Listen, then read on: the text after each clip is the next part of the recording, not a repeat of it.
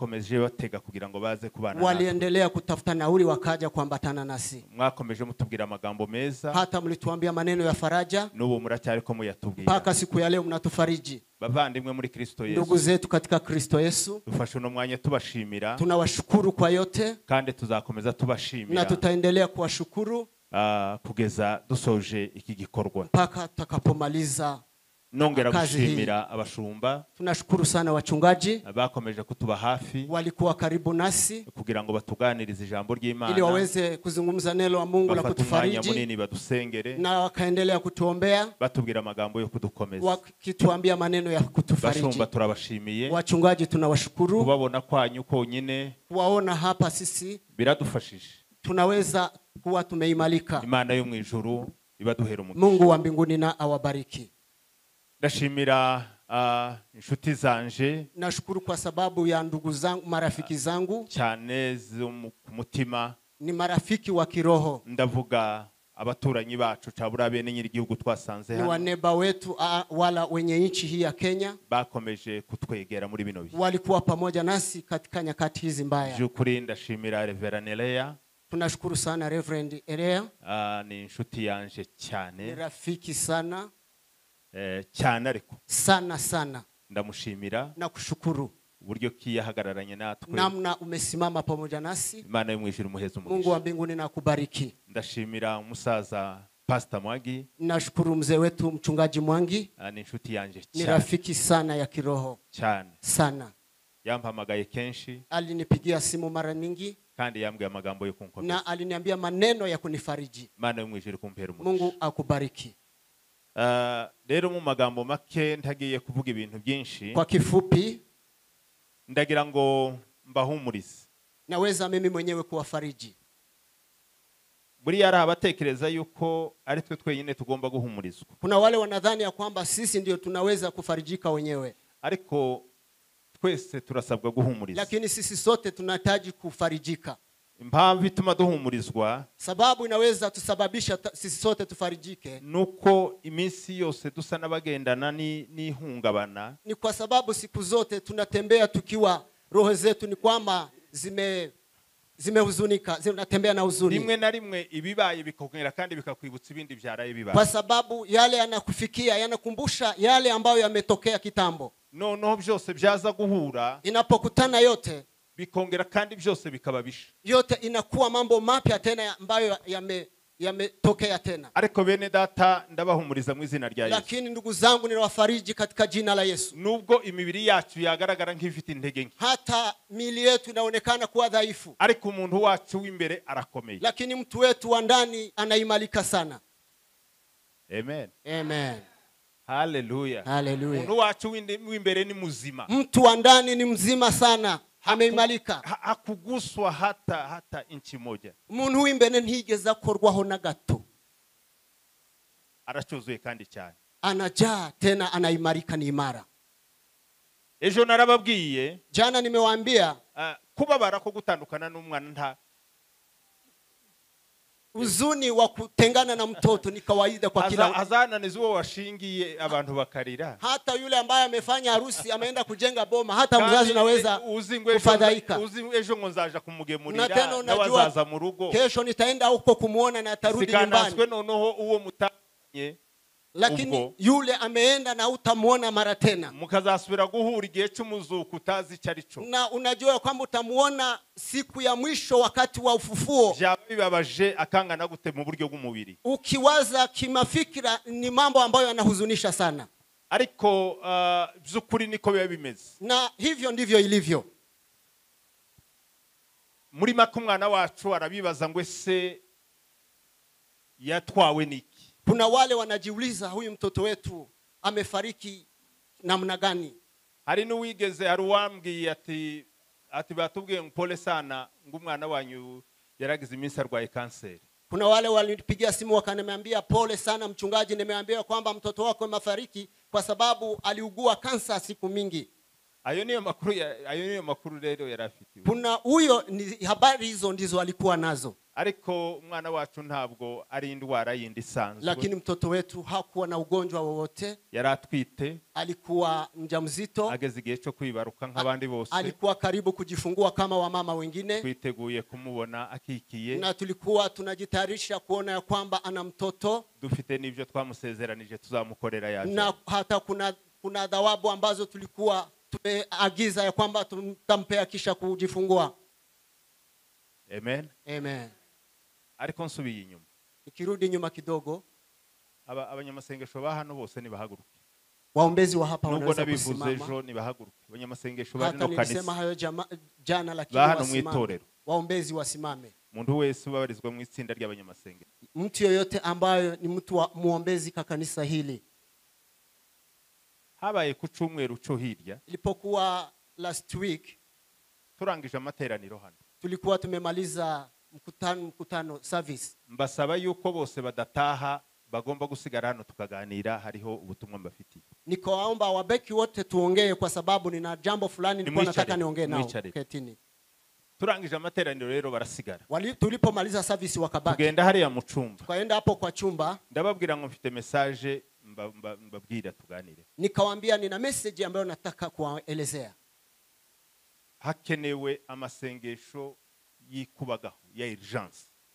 Nikawaambia kuna maombi ambayo yanahitajika, ni maombi ya emergency. Hani wacu hakenewe amasengesho ya urgence vuba cyane. Hapa kwetu kunahitajika maombi ya emergency. Rero muze kuva hano, mtakapotoka hapa tushizeho umunsi tuzatangira ayo masengesho. Muwe kama mumeagana siku ambayo tutaanza maombi haya. Barabaza ngo se ikizaba kigenderewe niki? Mmoja wetu akatuuliza kiini cha maombi hayo ni kiini gani? Ndababwira ngo tuzasengera itorero. Nikamwambia tutaombea kanisa. Ariko ibindi tuzabimenya turi mu masengesho. Na mengineyo tutajua tukiwa katika maombi. Undi umwe wo muri bo aravuga. Mmoja kati yao akasema. Aravuga ati pastor message atubwiye.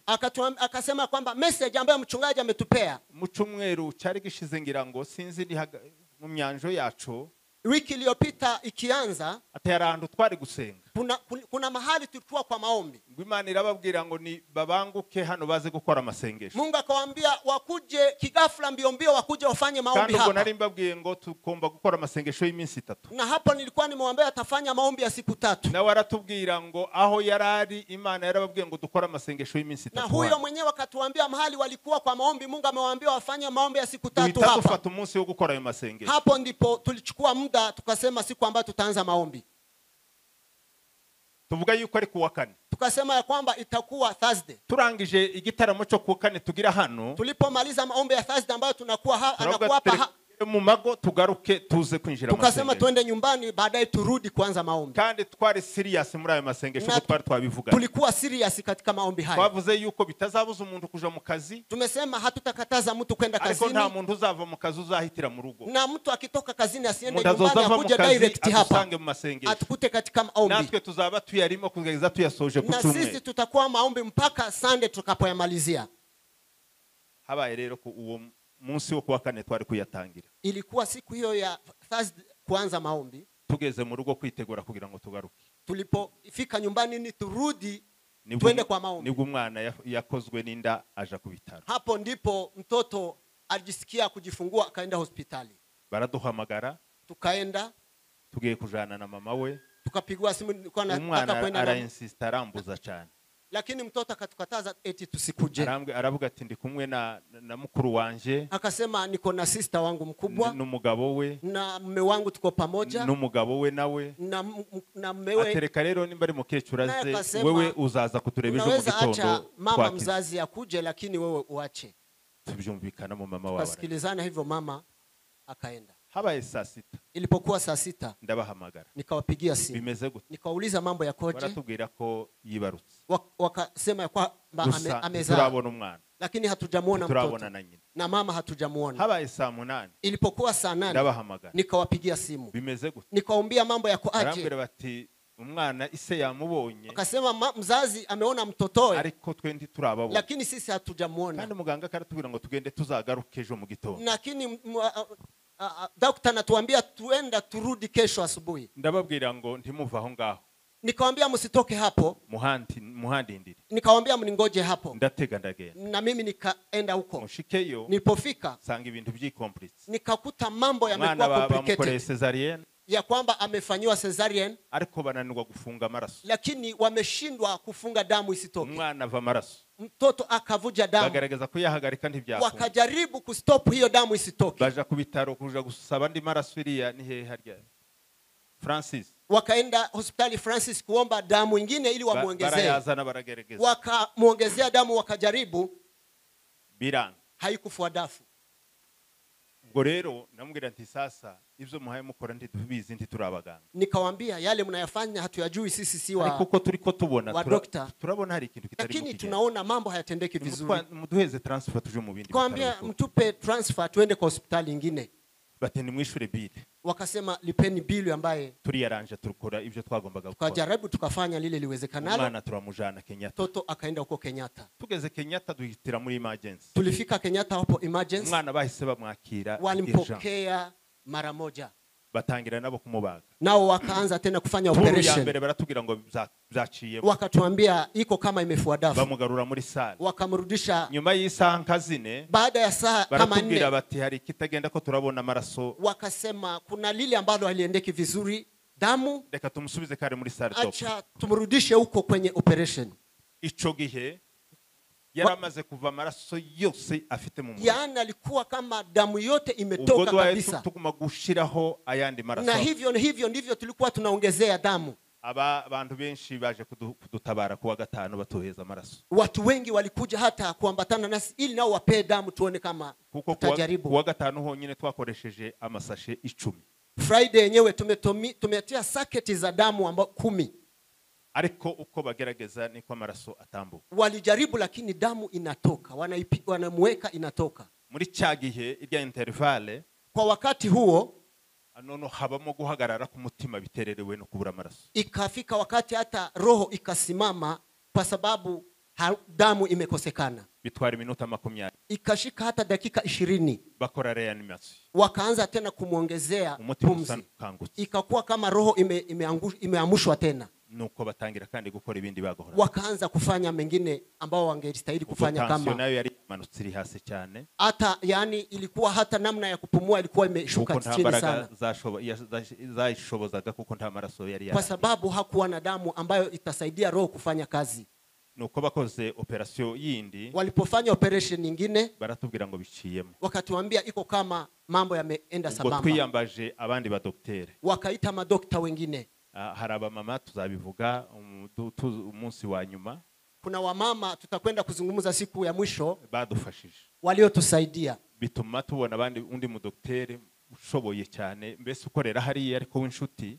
Tukampata dokta mwingine ambayo ni mtu ambayo anaelewa mambo hayo sana. Murabizi ko abadokteri bari kwenye mugomo. Murabizi ko bari muri mugomo. Mnajua kwamba wa dokta wako kwenye mugomo. Uwadufasha guhamagara abadokteri bandi bashoboye. Lakini dokta huyo alijaribu kaita wa dokta wengine ambao wa specialist ili waweze kusaidia maisha yake. Nibo bageze kuri iyo phase yo guhagarika amaraso. Hao ndio walifika wakati ambao walijaribu hata kusimamisha damu isitoke. Ariko bayahagarika umutima wale wanje guhagarira iminota 20. Lakini hata walisimamisha damu isidondoke, lakini ujue kwamba roho ilikuwa imesimama dakika 20. Muri kwa guhagarara rero ku mutima. Wakati roho iliposimama oksijeni irabura mu bwonko. Oksijeni ambayo inatembea katika ubongo nayo ikakosekana. Ubwonko bugiye bugira ibice bitandukanye. Unajua ubongo nayo ina vipande tofauti. Ubwonko buri centrale yibigaburira umubiri wose. Yani ubongo ambayo iko kwa central ambayo ndio inaweza kupea mwili yote. Ibura oksijeni irasinzia. Nayo haikupata namna ya kufanya kazi ikasinzia. Kandi ubwo bwonko ndibuza bubagwa. Na tena ubongo hiyo haiwezi kufanywa upasuaji. Ikindi gice cy'ubwonko bari kukibaga. Ingelikuwa ni upasuaji wa ubongo namna nyingine wangelifanya. Ariko kubera yuko ari ico gihe cyo ari yo centrale. Lakini kwa sababu hiyo ubongo ndio central. Tibasha gukorwa. Haiwezi kuguswa. Isinzire rero ibirasinzira. Ikisinzia ilisinzia mara moja. Niyo yabaye impamvu. Hiyo ndio ilisababisha kifo. Abaganga bari bakoze ibyo bagomba gukora. Wadokta walijaribu kama iwezekanavyo. Ariko nta wakora Imana itakoze. Lakini huwezi kufanya kile ambacho Mungu hajafanya. urugenzi rw'umwana wacu nuko niko rwari. Hiyo ndo safari ya mtoto wetu ilivyoendeka. Naringeze gusa ngo mbaheze ayo makuru. Nataka tu niwape image ya namna mambo yalikuwa. Kugira ngo mwe he kugiruza kuvuga makuru atari. Watu wasizungumze maneno ambayo si sahihi. Ariko rero reka mbahumurize. Lakini ni wafariji kwa haya. Bwana Yesu asifiwe. Amen. Tuongere Bwana Yesu asifiwe sana. Amen. Nongere kandi mbahumurize. Tena ni wafariji. Ndabizi biragoye. Najua ya kwamba si mambo rahisi. Ndabizi birababaje. Ni mambo ambayo yanahuzunisha. Ndabizi biraremereye. Ni mambo mazito. Umuntu agira uko abasha gusenga mu buryo bumwe cya burundu. Mtu ana namna kivyake anavyoomba. Narababwiye ngo ejo. Nimewaambia jana. Mu gitondo ubwo nasengaga ntekereza nsoma ijambo ry'Imana. Asubuhi nilikuwa naomba nikisoma neno la Mungu. Shaka nibaza ubukristo ikiza kibukomeza amashiga buhagarariye. Mimi nikiwazia miguu ambayo Ukristo unasimamia. Nuko abantu bafite abana. Ni kwa sababu hata kwamba watu wana watoto. Nuko abantu bafite ibintu. Watu wana vitu. Nuko abantu bafite imiryango. Watu wana familia. Nuko abantu bafite amazina akomeye. Watu wana majina makubwa. Nuko abantu batarwaza. Ni kwa sababu watu hawana watoto, watu ambao wanagonjeka. Ubukristo. Nikajiuliza msingi wa Ukristo. Kiduheza gushira ubwoba. Nini ambayo inatuletea ushujaa huo? Narabwiye nsanze ubukristo buteretse ku mashiga atatu. Nikakuta ya kwamba kuna miguu tatu ambayo Ukristo unasimamia. Nababwiye ejo ryanditse mu Batesalonike ba mbere igice cya mbere umurongo wa 3. Neno ambalo liko kwa Tesalonike sura ya 1 mstari wa 3. Yuko ubukristo bwacu. Ya kwamba Ukristo wetu budashingiye kuri ibyo byose. Hausimamie kwa mambo hayo mengine. Budashingiye yuko dufite ba Claudine. Si kwa sababu tuna watoto. Budashingiye yuko dufite abuzukuru. Si kwamba tuna wajukuu. Ahubwo ubukristo. Lakini msingi wa Ukristo ushingiye ku kwizera. Unasimamia kwenye imani. Muririmbyi w'Igiswahili. Mwimbaji wa Kiswahili. Yaravuze ngo na imani inaruka juu ya mambo yote. Yaravuze ngo kwizera kurenga hejuru y'ibintu byose. Cya kabiri. Neno la pili. Sanga bwubakiye ku rukundo. Nimekuta Ukristo unajenga juu ya msingi wa upendo. Urukundo. Upendo. Nubwo ba Claudine bagiye. Hata Claudine ameenda. Ivyari byagabanya ku rukundo Imana iduka. Haiwezi kupunguza upendo wa Mungu kwa ajili yetu. Amen. Amen. Imana ntigeze ihubuka. Mungu hakufanya mambo kigafla. Nta nabwo yaduhemukiye. Na tena hajatufanyia mabaya. Ibyo yakoze byose bikoranye mu rukundo. Yale ambayo Mungu ameyafanya kwetu ameyafanya kwa ajili ya upendo wake. Kandi turashima yuko urwo rukundo rw'Imana. Na tunashukuru kwa sababu upendo wa Mungu rwamaze gusaba imitima yacu. Ni ambao upendo umejaa roho zetu. Nimuvuge ngo amen. Semeni amen.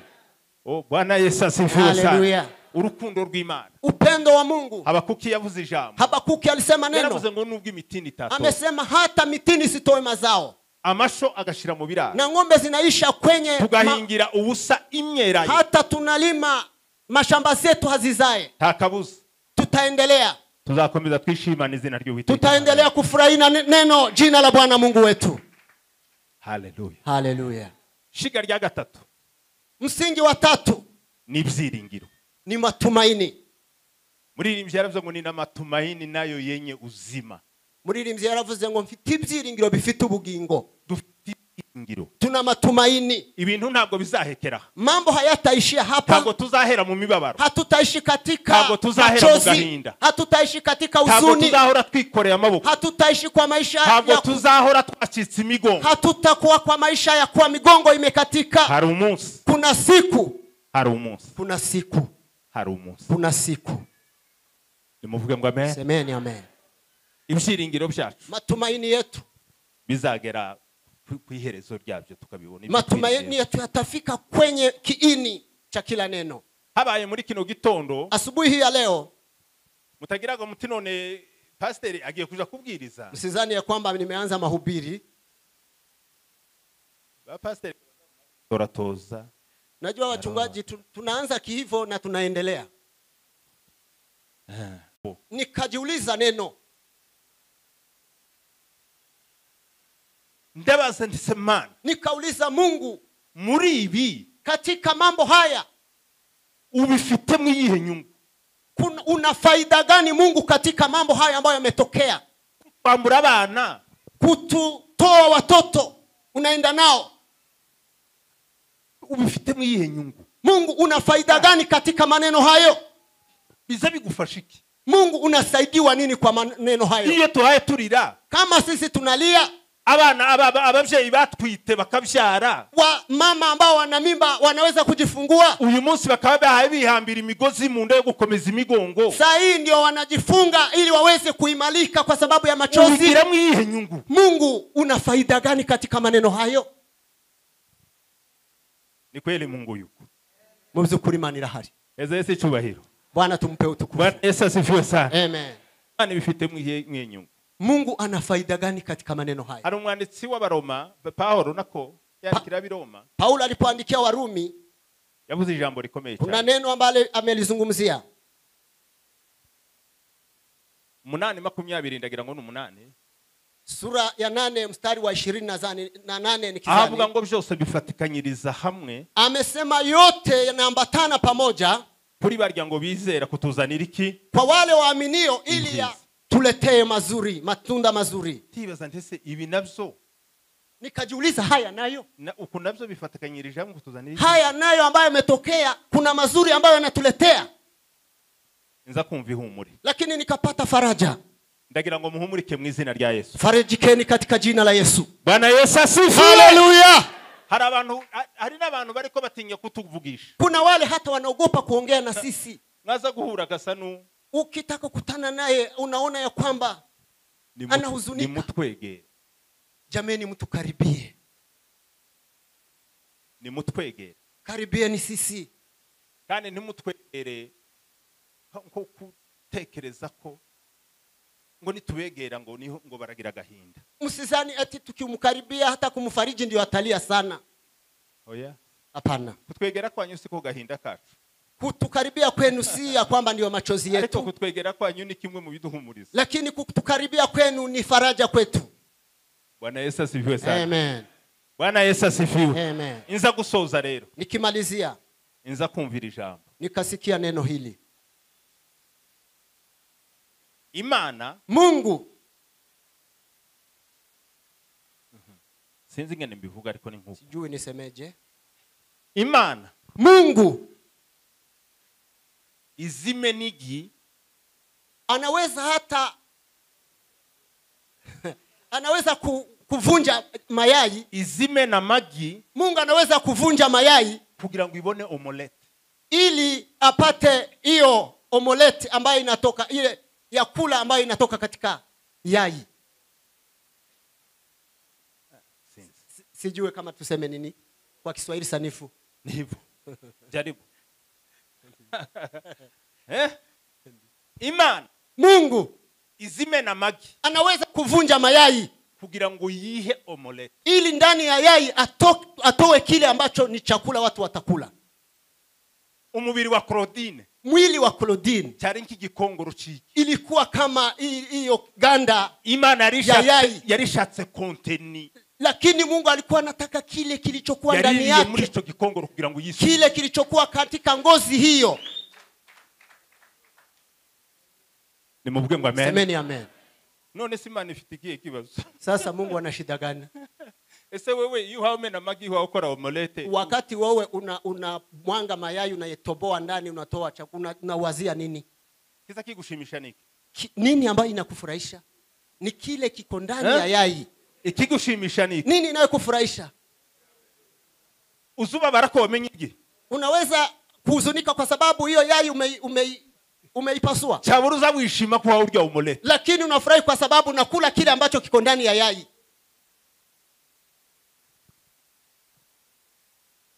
Turamagi, sisi ni kama mayai. Imana imenagura mu gihe cyayo. Mungu ambaye anavunja kwa wakati wake kugira ngo yihe omelette ili mwenyewe apate chakula.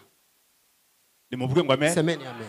Biblia iravuga ngo, Biblia inasema kwamba ivyishimo byayo, furaha yetu ni kubana n'abantu, ni kuwa pamoja na watu.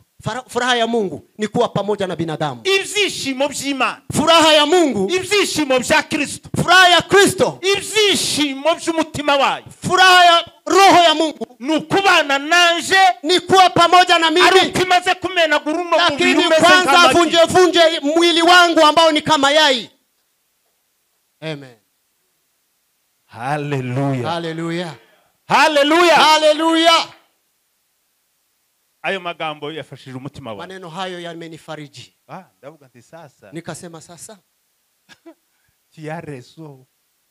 una sababu yo kurya yo gufata umolete. Una sababu ya kushika kilicho ndani ya yai. Iwanje ndani mwangu niho harigi. Kwa boma yangu nipo palikuwa kile ambacho kinaweza kumfurahisha Mungu. Icyo ushaka kugira ngo wihe. Kile Mungu ametaka mwenyewe ajipe. Muri iki gitondo. Kwa asubuhi ya leo. Izina ry'Imana rihabwe icyo. Jina la Bwana libarikiwe. Maze rero nza gusoza. Ni kitamatisha. Hari indirimbo yakomeje kumfasha. Kuna wimbo ambao ulinisaidia sana. Nejo narayiririmbye. Hata jana niliimba wimbo huo. Nubu ndayiririmba. Hata leo nitaimba nyimbo hiyo. Umwana amaze kurangiza mtoto aliruhande rwiwe mpageze. Alipokata roho nikuwa karibu na yeye. Nta wundi muntu twari kumwe. Sikuwa pamoja mtu mwingine. Nafashe umwanya ndasenga. Nilipata wakati nikaanza kuomba. Fata ku gitanda yararyamye. Nikashika kwenye kitanda ambayo alikuwa amelalia. Negera umubiri wiwe. Nikaribia mwili wake. Nshima Imana yo mwijuru. Nikashukuru Mungu wa mbinguni. Kuko ibyo mbonye. Kwa sababu yale nimeyaona. Atari amakuru nabwiwe. Si kwamba ni mahabari nimeambiwa. Ariko nje nyine ni mambo ambayo nimeyaona mwenyewe. Ndangize. Nilipomaliza. Nibwo nabonye kubwira abandi bantu ko. Hapo ndipo niliwapigia simu wengine. Maze haza mu indirimbo. Hapo wimbo ukakuja mara moja. Imwe tuzayiririmba uriya munsi yo gusoza. Nyimbo moja tutaimba wakati wa kumalizia. Muzadufashe. Reverend Bizimana ndiwe utatusaidia. Ivuga ngo databuja nzamukorera ndacogora. Inasema Mungu nitakutumikia bila kusita. Ubuntu n'urukundo fiti. Ili upendo na rehema ulizo kwangu zikuwe mingi. Imirimo yo mwisi wampaye ni nyirangiza. Nitakapotamatisha kazi yangu ya hapa duniani ulionipea. Uzampamagara. Hapo ndipo utaniita unifikishe mbinguni. Hallelujah. Hallelujah. Iyo ndirimbo tuzayiririmba uriya munsi. Nyimbo hiyo tutaimba siku hiyo. Haza mu indirimbo iyi ngiyi tugiye kuja kuririmba. Nikapata tena nyimbo nyingine ambayo ndio nataka tuimbe sasa. Na hata jana tumeimba wimbo huo. Ya Muhando. Ni nyimbo ya Rose Muhando. Bivuga ngo tabu zangu zikiisha. Nindirimbo ivuga ngo nitamona Bwana. Ibibazo byanje nibirangira nzabona umwami Yesu. Atanikaribisha huko. Azanyegereza. Karibu upumzike. Ambwire ngo ngwino uruhuke. Hapa ndipo makao yako. Amubwire ngo aha niho cicaro cawe. Hapa ndipo nyumbani kwako. Aha niho iwawe. Karibu upumzike. Ngwino uruhuke. Hallelujah. Hallelujah. Oh, Bwana Yesu asifiwe. Hallelujah. Mwanditsi wa Ibrania igice cya 4 umurongo wa 8. Mwandishi wa Ibrania sura 4 mstari wa 8. Yaravuze ngo Yoshua iyaza kubaruhura. Amesema kwamba Joshua angelikuwa kama anaweza kuwapumzisha. Nta bundi buruhukiro mwari kuba mutegereje. Mungu alikuwa kuna namna mahali mtapumzikia pengine mlikuwa mmewaza kungojea. Ariko arababwira ngo nuno ngo aracyari umunsi w'isabato. Lakini akamwambia kuna siku nyingine ya sabato. Heza ese cyo. Hallelujah. Nimubwe ngo amen. Amen. Aho muzinjira mu buruhukiro. Sabato ambayo mutaingia kwa kupumzika. Kandi uburuhukiro bw'iteka. Na upumziko ambao utakuwa ni kupumzika milele na milele. Mukomere. Muimarike. Kandi munezero. Na tena furahieni. Nibyo bidufasha cyane. Hiyo ndio itatusaidia sisi. Heza ese cyubahiro. Bwana Yesu asifiwe sana. Unezerwe cyane. Furahi sana. Tutwegere usitukaribie ukiwa na roho ya huzuni. Lakini tukaribie ukifurahi. Utwegere unezerewe. Kwa sababu Mungu kubera ko Imana ameyafanya makusudi. Ni Imana yakoze ubushake bwayo.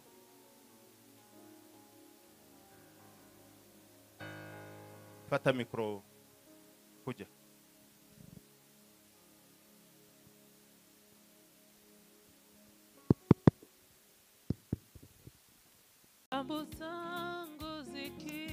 Hallelujah. Nitamwona Bwana wangu.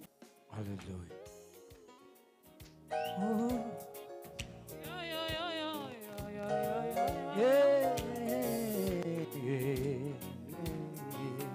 Tabu zangu zikisha, nitamwona Bwana wangu akinikaribisha huko. Karibu upumzike. Tabu zangu zikisha, nitamwona Bwana wangu akinikaribisha. Karibu upumzike. Hapa ndipo nyumbani kwako. Hapa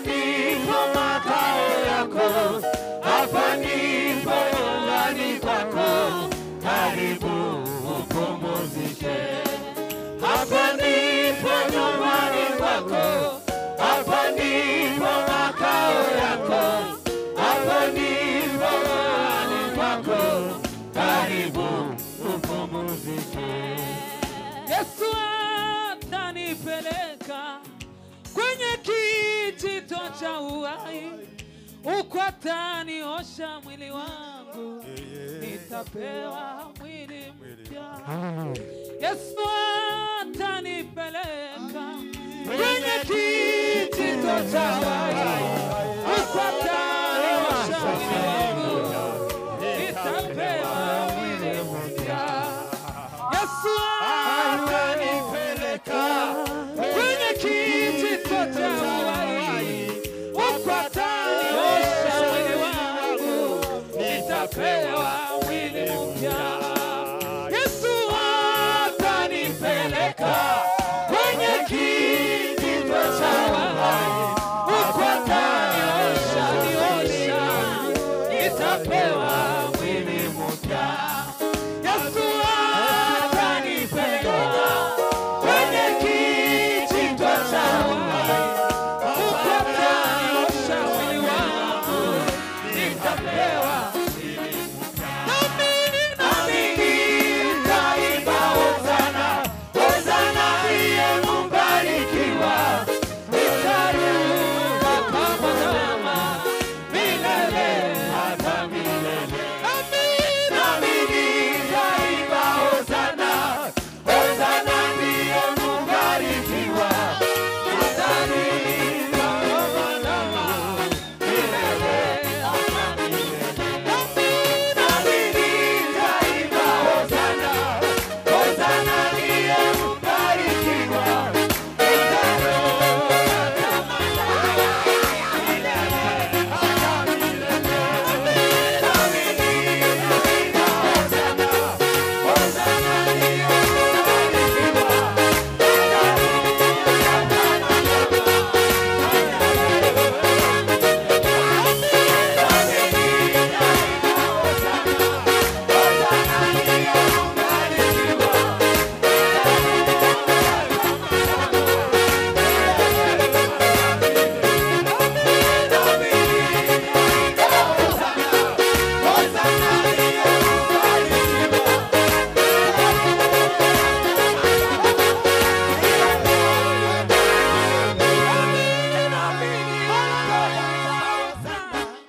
hosana ndiye mbarikiwa, nitaruka kama ndama milele hata milele.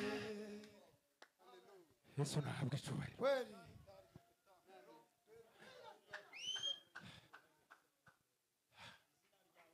Yesu nahabwa icyubahiro. Haleluya. Sifa.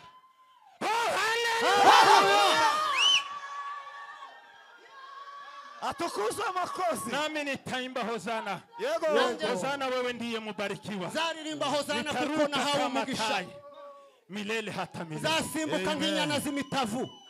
Hallelujah, hallelujah. Nawe nimba wumva ufite ibyo byiringiro, Nimba uze guhaguruka dufate. kama una matumaini hayo, unaweza kusimama. Inuke tusaidiane kwa kusema ya Wahaguruke kwamba twese turirimbe. tutaruka kama tai Tuvuge milele. ngo hata tuzasimbuka nk'inyana Hakuna z'imitavu. magonjwa, hakuna kifo, hakuna huzuni, hakuna kitu chochote cha Subireni. Yatosha walivyoonea, yatosha walivyokuzi, yatosha walivyokupiga. Karibu Hallelujah, hallelujah. Yesu atanipeleka kwenye kijito cha uhai, huko ataniosha nitapewa mwili mpya. Yesu atanipeleka kwenye kijito cha uhai, huko ataniosha mwili wangu, nitapewa mwili mpya. Yesu atanipeleka kwenye kijito cha uhai, huko ataniosha mwili wangu, nitapewa mwili mpya. Nami nitaimba hosana, hosana ndiye mbarikiwa, nitaruka kama ndama milele hata milele. Nami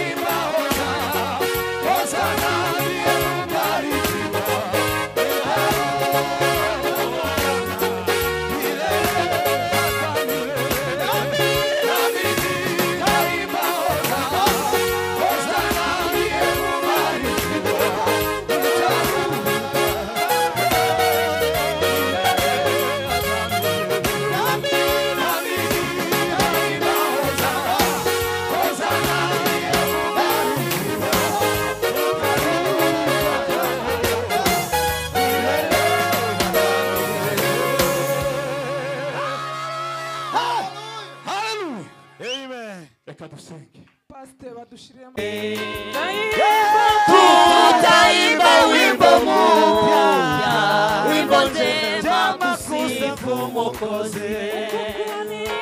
Uko kwani nchi nzuri, bila dhambi na huzuni. Tutaimba wimbo mpya, wimbo njema kusifu Mwokozi. Tutakusanyika huko para penye mto mwema sana. Tutakusanyika na Wakristo penye mto wa maji mazima. Tutakusanyika na Wakristo penye mto wa maji mazima. Tukaribu ya kufika kuona mto yule. Mungu atatupa raha na kutustarehesha daima. Mungu atatupa raha na kutustarehesha daima. Mungu atatupa raha na kutustarehesha daima. Kama tuamini Yesu, kama hatufiche dhambi, kama moyoni mweupe, tutafika mtoni. Kama moyoni mweupe, tutafika mtoni. Kama moyoni mweupe, tutafika mtoni. Tukaribu ya kufika na kuona mto. Mungu atatupa raha na kutustarehesha daima. Mungu atatupa raha na kutustarehesha daima. Tukaribu ya kufika na kuona mto. Mungu atatupa raha na kutustarehesha daima. Mungu atatupa raha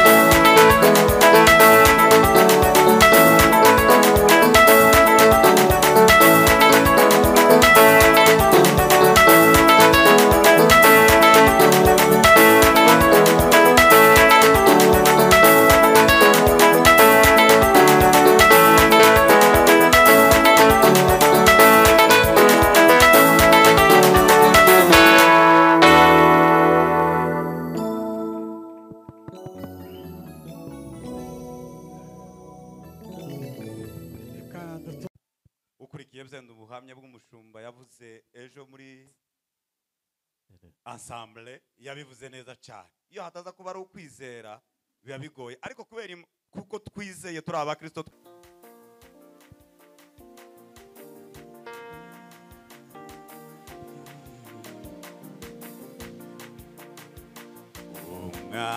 mageze kwirembo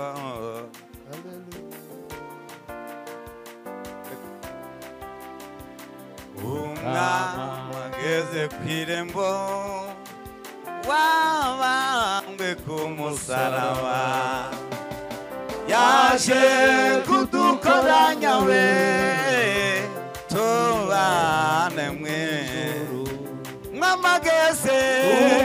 mwamageze kwirembo wabambwe ku musaraba yaje kudukoranya we haleluya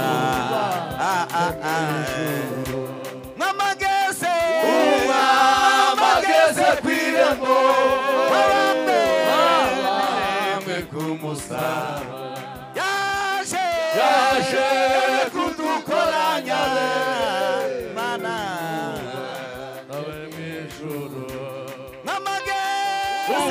mwamageze kwirembo wabambwe ku musaraba yaje kudukoranya haleluya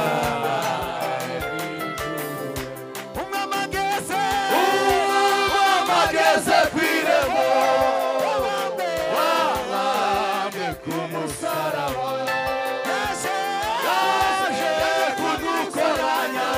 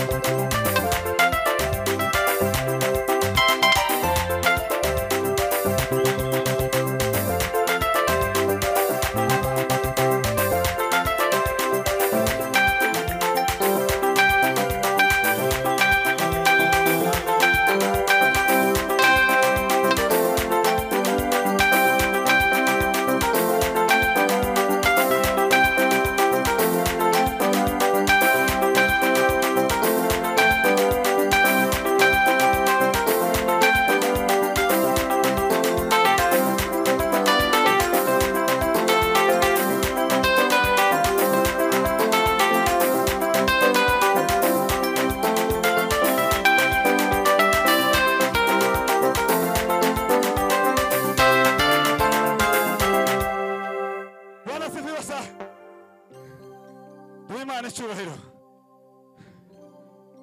Tuzamurira Imana icyubahiro. Tihazabura intambara. Yes. Ngo kandi n'amahoro nayo tabwa arayiteka ryose. Ngo usibye gusa habaye ikintu kimwe.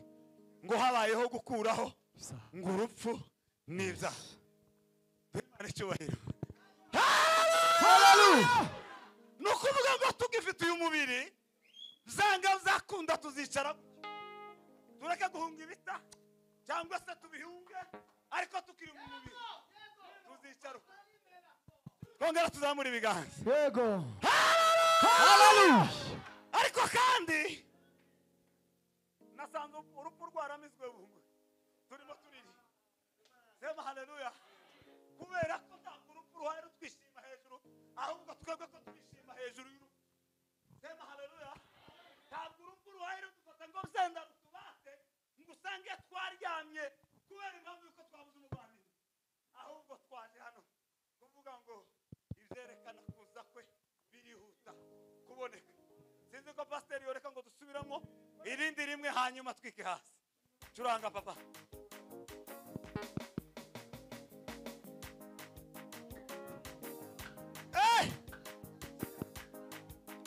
Yesu wa Nazareti.